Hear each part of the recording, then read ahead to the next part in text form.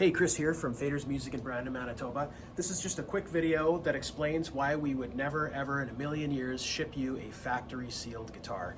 We get that question asked a lot online through our chat on our website and everything like that, asking, is this a new guitar sealed in box or something along those lines? And for the purposes of this video, I'm going to sort of explain that based on that question being, is this like factory sealed? It hasn't been opened at the store. And we would never ever ship a guitar that is just sealed from the factory as we receive them here, because they're not ready. They're not ready to be played.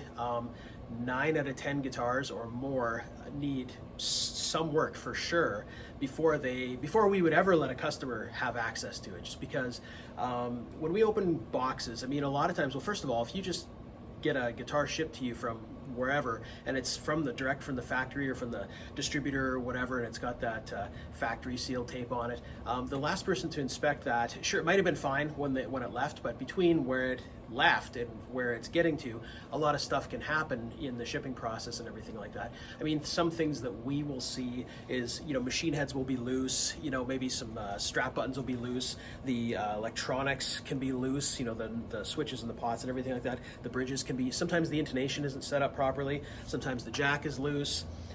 Most times the guitar needs a neck adjustment at the very least, and sometimes we have to clean the pots, they're a little scratchy and everything like that.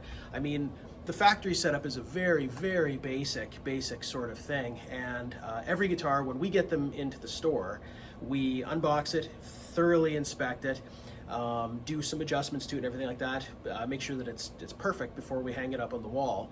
And then if it's not going directly out on the wall, if we have excess stock and it's going to be in the warehouse, we still do all those things and pack it back in the box. And if somebody orders that guitar online, whether it's on the wall or whether it's in the box, we always do that whole process one more time to make sure that the guitar is playing perfectly, whether it's a local customer or an online customer. For our local customers, they have the luxury of, we always tell everybody, you know, once you've had it at your house for a couple of weeks or a month or whatever, bring it back down to the store and we'll just give another quick inspection and a couple of adjustments to it, because the guitars do take some time to adjust and acclimatize to their new environment and everything like that. Now, we can't really do that with our online customers if we're shipping something to Vancouver or to Halifax or something like that, but that's why we go through a very thorough process of setting up the guitar and making sure that it's really dialed in before we ever ship it. So that's the real reason.